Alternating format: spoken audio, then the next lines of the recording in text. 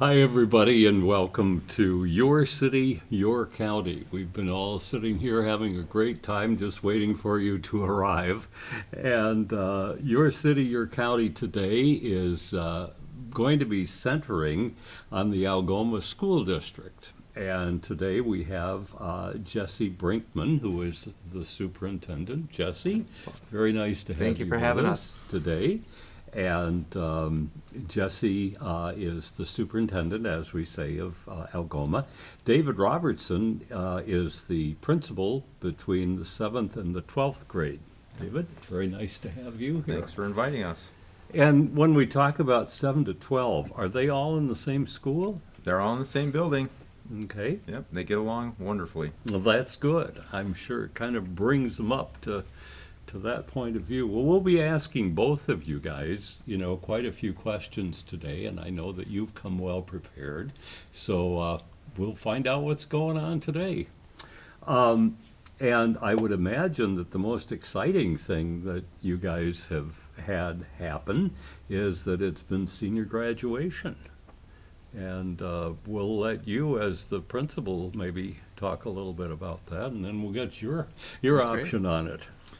Yeah, we just concluded the 2022-2023 school year, and it was my first. It was my first year as a principal, so it was my first opportunity to fill that role and watch the seniors or participate in the seniors graduation ceremony. I am thrilled that we were able to have a great audience as usual, and that the seniors did a nice job following directions. We rehearsed that, so want to make sure that everybody shows up at the right place, gets their diploma, etc. That all went really well, and excited for where our seniors are headed, and for the variety of paths that these young people have decided to embark upon. It is actually really exciting. We have students that are going on to four-year college, of course, and I would say that was probably our largest percentage of students that are going on to college.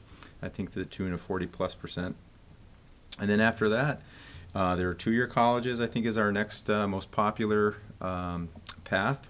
And then we have also individuals are going into the workforce who have been well prepared, which we can talk more about later. And then we have several students who have decided to go into the military and serve our country in that way, which we're grateful for, and we wish those students the best. Mm-hmm. Well, it sounds like a typical group of kids going on, but that's great, and each one is exceptional in their own way. That's absolutely the truth. The you talk about typical, and I would say that typical is changing, and it has changed. Where I think there were when we always like to refer when I was in school. When I was in school, you kind of went one of two paths. So you were either a four-year college student or you were not, and that landscape has changed tremendously now, to where students have quite wonderful opportunities immediately out of high school in the workforce. And one of the trends that we are seeing is more and more of our students are taking opportunities of job shadows and apprenticeships, and learning skills that they can apply immediately after high school. And that's become a really exciting and viable option for a lot of students. Mm-hmm.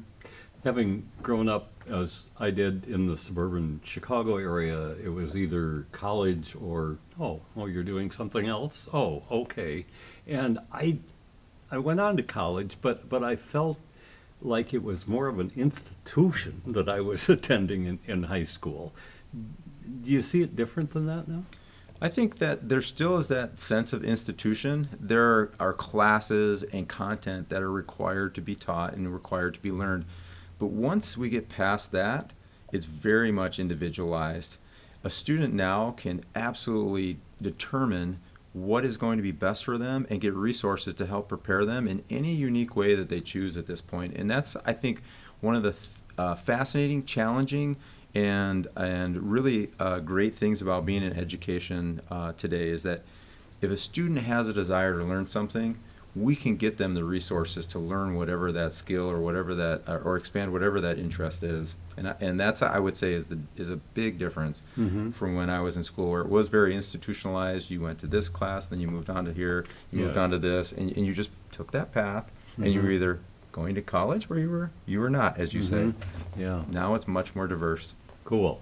That's good. I think it gives everybody a better opportunity. Seems I would agree. It's been like I said, it was really fun to see the different pathways that these students are choosing, and I'm very confident they'll be very successful in these pathways. Jesse, this was your first graduation. Well, not your graduation, Right. but for the students. What was your reaction to It it? was wonderful to see all of our students walk across, receive their diploma, be acknowledged by the large audience that was there. So we had 60 students receive their diplomas a couple weeks ago. Very proud of them. And looking at, we always inventory our seniors to kind of see where they're going to be heading after graduating, and just some areas that they're going into I have right here. So criminal justice, education, pre-med, biology. Some are going directly into the workforce to be electricians, heavy diesel equipment. So very excited to see that the kids are, picking a path that they see is suitable for them, and they're going to continue on, whether it's continuing with their education or going directly into the workforce to gain experience. So. And with this year being your first year here, what is your experience before this? Sure. So my experience is primarily elementary before this. So starting the kids with a good, strong base is so important, and I think our elementary school here in Algoma does a phenomenal job of that. We can see that because when they come up to middle school and high school, they're well prepared. We're able to provide those different pathways to our students because they have a lot of that foundation built already from the elementary school. So a prime example of this is we had scholarship night a few weeks ago, and we had 49 students receive scholarships. Wow. Over $57,000 was handed out to our seniors that are planning to continue on in some form of education. So for a small district to receive over $57,000 in scholarships, I think that speaks very highly to our community and how supportive they are of our students in our school district, but also for our students and making sure that they are going to continue on with what they are passionate about. Yeah, well, I think they should be very proud. That sounds like a vast majority of students did receive scholarships if they were going correct. on. That's great. I'm not sure I would have been in that group, but, as a kid, but, you never know. But that's great. Now, it seems as though Algoma has a good plan here, as we've been talking about, the 7th and 8th grade are in with the high school. A lot of schools have either a separate grade school situation, or they go to middle school and then they go on to high school. But do you find that this makes it a little bit easier transition for those 7th and 8th graders? I do.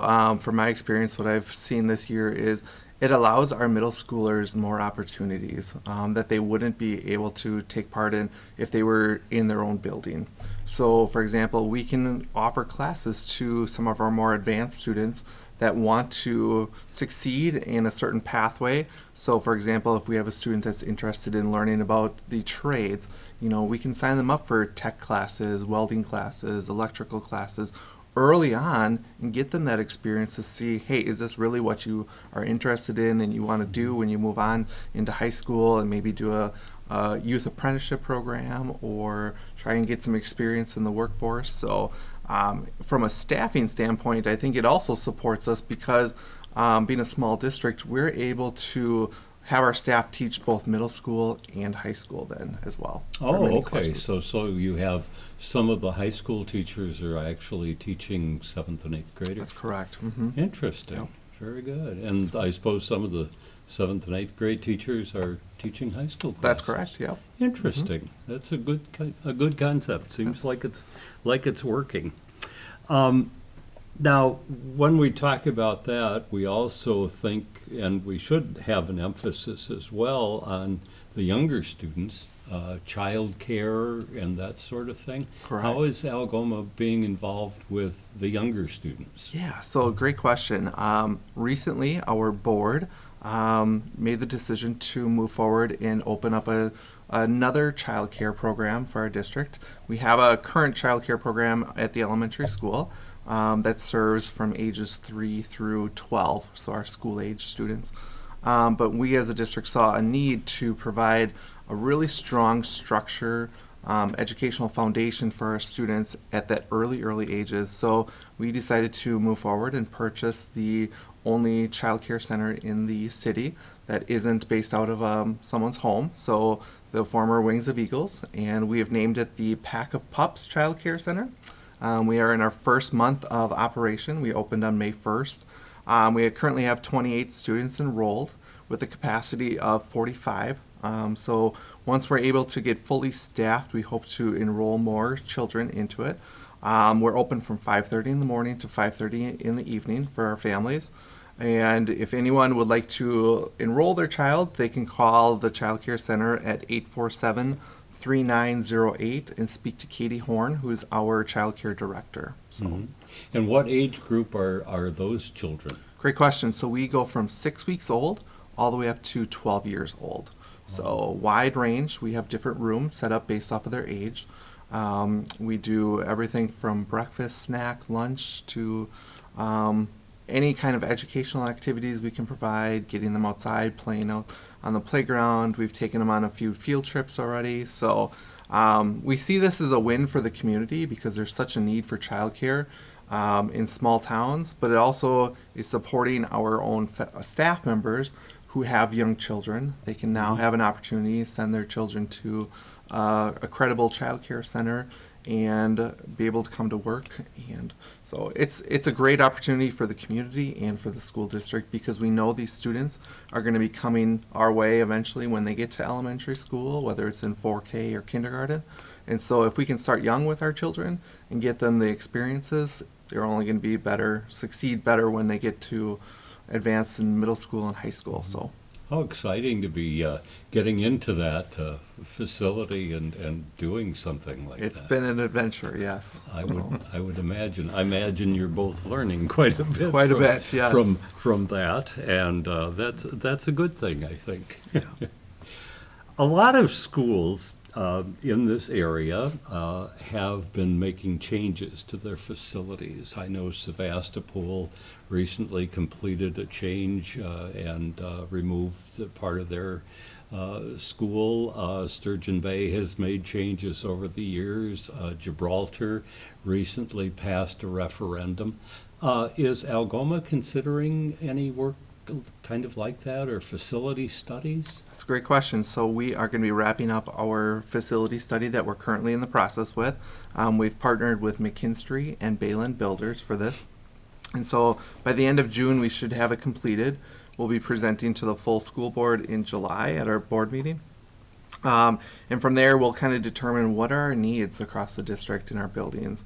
How do we adequately provide the education to our students that they deserve? So looking at things like 21st learning experience spaces, furniture, as well as some of the maintenance on some of our buildings that kind of is more expensive, that doesn't fit in the annual budget, that we have to maybe look at down the road. So for example, some of the plumbing at the elementary school is outdated, and so some of the electrical work needs to be upgraded. So those are all things that will be part of the facility study.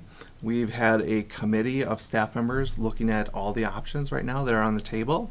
And then once the board approves the facility study, we hope to bring in community members for their input as well. So that will be happening hopefully in August here. So community members can look for that in the near future, offer their input on what they feel is necessary for having our buildings operate at the full capacity and provide the best opportunities for our students.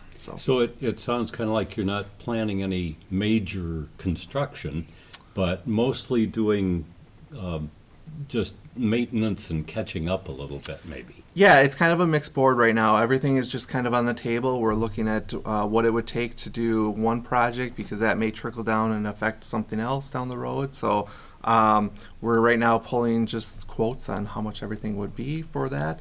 and we'll take a closer look at that. But the board will be making a decision end of July and hopefully move forward from there. So. Mhm. And I know you mentioned electricity. It seems like that always affects so many things because of the stronger use of computers and Computers, yeah. and We're all very that. fortunate. We have the solar panels at both of the buildings, which Mhm. provides us with quite a bit of energy that we are able then to turn around and use within our building. So, Mhm. Okay. Let me turn to you a little bit on this, David. A mural, I understand, is being constructed, and the kids are working on that. So the mural activity was organized, I believe, in a partnership with Yonder, one of the galleries here on Steel Street. I'm gonna forget probably one of the organizations, but on our end, it was our charter school, the Algoma Venture Academy, that partnered there and helped to make that possible. So some space was donated on the book corner downtown here, and they sketched out a concept, and then the community was invited to participate in sort of a paint by numbers mural. That's what I'd need. Yeah, well, you wouldn't No, want, that's great. you wouldn't that want is me to great. draw or paint. But so that was a wonderful way for our community and the school and the gallery to partner together and to do something that's very positive and very visible. If you go down, you'll see very vibrant, lovely colors on the back of a white building, and it is striking. Mhm. I think Algoma is very neat that way, is that you see a number of murals on different buildings that give credit to past businesses and so on that have been painted onto buildings. So that sounds like it fits right in. Yeah, I think that the murals are wonderful. For me, the value is in that partnership between the school district and the community. Those anytime we can partner with businesses, community members, etc., our students are better for it. You make those personal connections, you make those educational connections, and it engages students and it engages our community in a way that can't be done without those partnerships. And of course, art is a wonderful part of Algoma, and we are so blessed to have wonderful artists and wonderful galleries so close to our school. Now, when you were in your younger days with the school district, you were actually in the choral instruction program, weren't you? That was my role for many years. As mentioned earlier, I had the opportunity to start in Sevastopol as a choir director and general music teacher.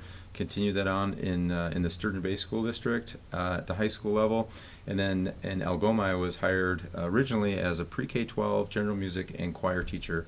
So I do have an extreme affection for the arts and for music in particular. Good. Well, that, painting and choral and all of those art activities are so important. And I think we also can relate that to, and I remember they never used to do this as much, but to math and to science, that they're all kind of interconnected a little bit. That's a great point, Bob. And for me, the value of the arts goes beyond that into what I would call the education of the soul. And if we look at the classical education model, it was and should still be, in my opinion, about the body, the mind, and the soul. And if we separate any of those three, we end up with a lopsided education. So when we have the opportunity to teach our kids arts and learn to express their inner being, when they're able to connect with things in that way, I think we're doing our students a huge service. We want our students to have greater empathy, greater love, a greater sense of service to their mankind. It's great to be educated in the mathematics and the reading and the English. We want that. We want them to be strong there. We also want them to have strong emotional intelligence, strong spiritual intelligence, so they can serve and be productive in their communities. Mm-hmm. I think it says a lot for their future and for the future of some people who might be a little older. Yeah, I agree. Not mentioning anything No specific. one here at this table. No. You mentioned charter schools a little bit. What's going on with the charter school situation?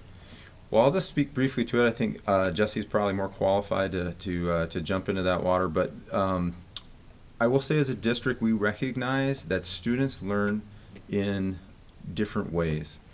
And a traditional model is maybe not always effective for every student. We do feel that that model serves a majority of our students very well, but there are some students that just don't function in a high level in that particular setting. So as a district, we have thought about the needs of our students and how do we meet those needs. And that led to the creation of Pathfinder, which is in the old credit union here across the street, which allows students to learn in a different environment and in sort of a different path.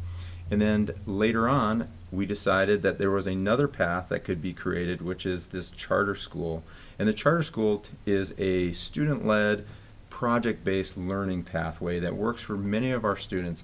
So that's something that we've started, that we see success with many students. We have students that try it and it doesn't work well for them and they head back to the traditional. We have students that start traditional and they go back to what we refer to as AVA, or the Algoma Venture Academy.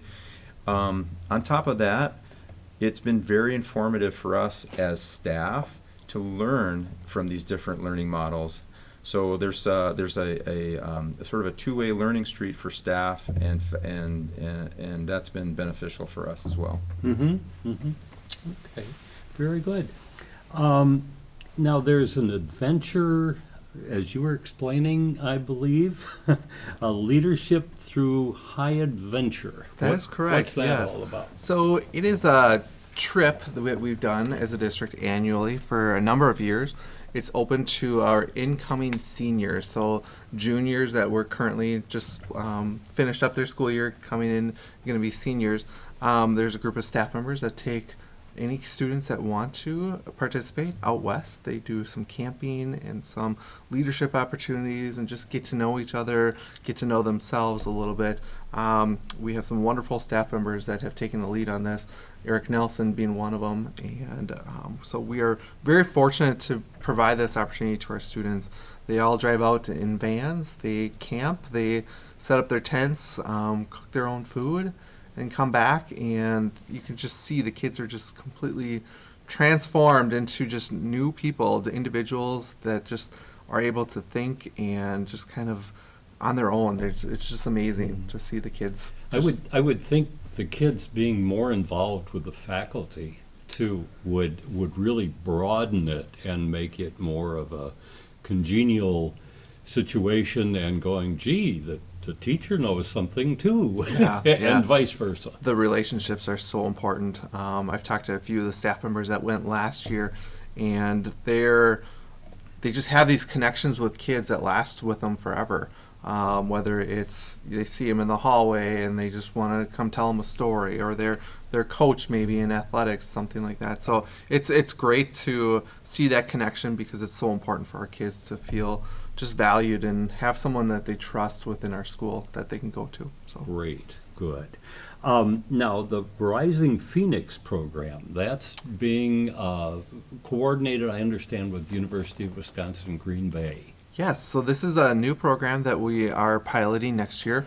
It's in partnership with UW Green Bay, but it also is working with the school districts of Luxembourg-Casco and Kewanee. We're doing a cohort where we have currently 4 Algoma students joining this cohort for next year. These are students that are going to be entering their junior year, and so they would receive college credits along with their high school credits at the same time. So when they leave, graduate high school, they can earn up to 60 college credits. That would be then transferred over to whatever field they want to go into after graduating high school. So we see it as a great opportunity for our kids to get a head start. We know college credits are very costly, and so we're offering these at a reduced rate. We actually have one student that is going to receive a full scholarship. It's she's the first generation in her family to attend a college, so she was selected, so we're very excited for that. So. How wonderful for that Yes. student. That's great. And turning back to you, David, I understand there's going to be a band and choir trip. Recently completed. It's although already been. there will be another one. Okay. In a couple of years. Yeah, our band Okay. and choirs tend to travel every 2 years here. And just recently they completed one which for many students will be their favorite, which was a trip out to New York City. There was a few stops along the way, and I think there might have been one or two on the way back. But the idea with these trips, of course, is to give our kids, again, another experience outside of their own community to experience all of that. There's performance that is involved with that. There's always band and choir performances that take place in a different setting than our auditorium or our classrooms, which is great. And then they do, in fact, take in some of the sights, some of the scenes, and one of the highlights, I think, is they get to not participate, but they get to view some of the shows that are done on Broadway. And also Blue Man Group is always a favorite of the students, some of their shenanigans. So Sure. it's a great experience, again, a great experience for kids to spend time together. It's a great experience for kids to spend time with chaperones who are parents of the students, so community members. And it's a great opportunity for them to experience, I will say, a different culture outside of the Algoma community. Mm-hmm. Yeah, we're a small area here, and to learn more what's going on in other places. Yeah, it's been a wonderful tradition that has gone on for years and years here in the Algoma School District. And I understand that you have some new club opportunities too. Is that kind of related to that, or not related to that specifically? So we had the opportunity to have some new hires come in to the district this past year, and with new staff come new ideas. And also our student interests tend to change over time. There's things that become trends or become hot, as the kids like to say. And so a couple of the new clubs we have that seem to be gaining some good traction. I will point out three. We have a bowling club, which is not brand new. I believe it's in year 2.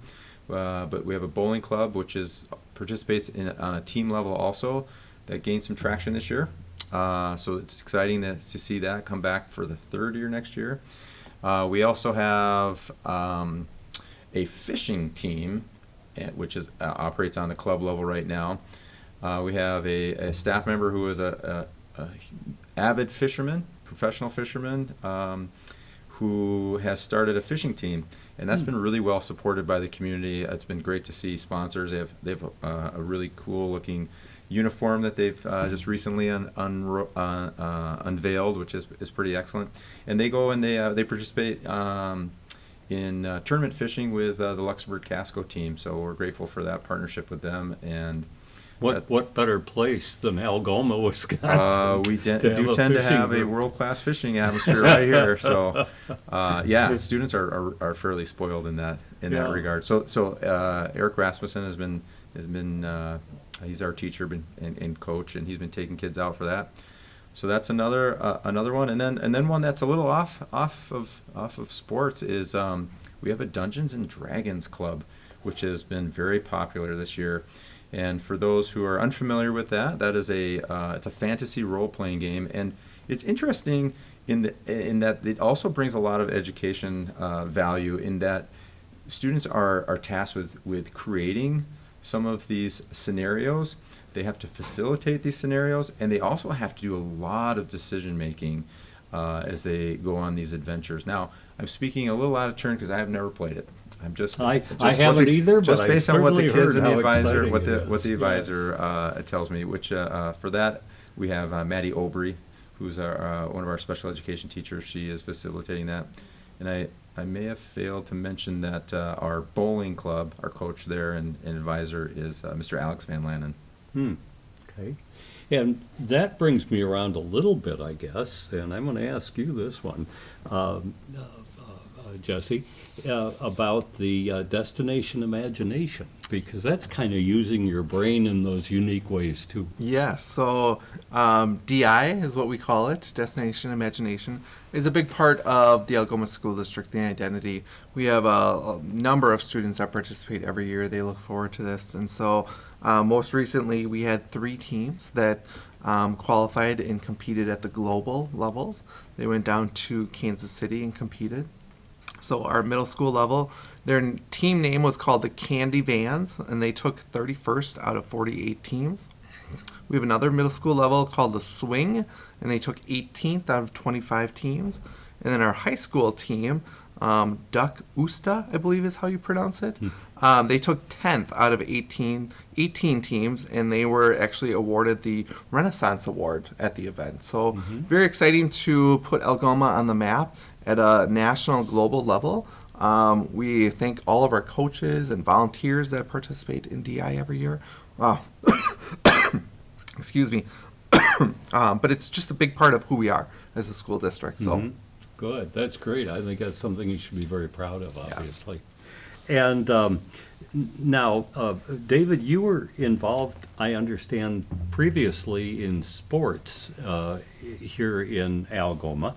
And what kind of spring sports have we experienced? I suppose they're all pretty much over by now with graduation. They are not over. Oh. Yeah. So we've had some excellent success with our softball team this year, and they continue on. They'll actually play in sectional. So the WIAA, which is the association we belong to, has a tournament series that's going on right now, and our softball team has accomplished regional championship level, which is excellent, and are moving on now. They just won their first sectional game and are headed to their second sectional game here on Thursday. So they are one game away, good luck ladies, of making it to the state tournament level. So we're excited about that. And then baseball just concluded yesterday. They had, it was actually a very exciting 0-0 all the way up to the ninth inning baseball game. And I don't mean that tongue in cheek. It was actually a very exciting game to watch. There was some great baseball. Very impressed with the boys' jump this year. They've been crawling along, and they took a massive step forward this year. So we're really excited about their success. They were eliminated yesterday. I believe the score was 4-1. So they put up a heck of a fight, but were eliminated yesterday. And then we still have one track and field athlete. We have got Logan Borth, who's our wheelchair track athlete, and he is participating at the state level. Our team, although not a lot going on to state, did very well at sectional. We had a lot of students who PR'd or got their personal record, and so we're very proud of those students and the progress that they've made this year also. So sports has been clicking along right up to yesterday, and still a couple more to go here. Okay, and I imagine things have quieted down now in the school system a little bit. Yeah, the building itself has, what do they say, the air has come out of the sails a bit here. It's a little quiet up there. Well, guys, I want to thank you. I'm always worried on these shows that I'm not going to have anything to talk about, or we'll run out of material. We certainly did not today. So I have you both to thank for that. David Robertson is the 7th, 8th, 9th, 10th, and 11th, and 12th grade principal. Thank you so much. Oh, thanks for having us. It's It's been a fun conversation. And his boss, these guys seem to get along pretty good. His boss, of course, is Jesse Brinkmann, who's been the superintendent here for the past year. Congratulations. Thank you for having us. And thank you guys so much. I appreciate having you. That's going to do it for our program today for Your City, Your County. We invite you to join us once again when it's next time. It'll be our next opportunity when we'll have some other good guests. Thank you so much for joining us, and you have a great day. We'll see you later. So long, everybody.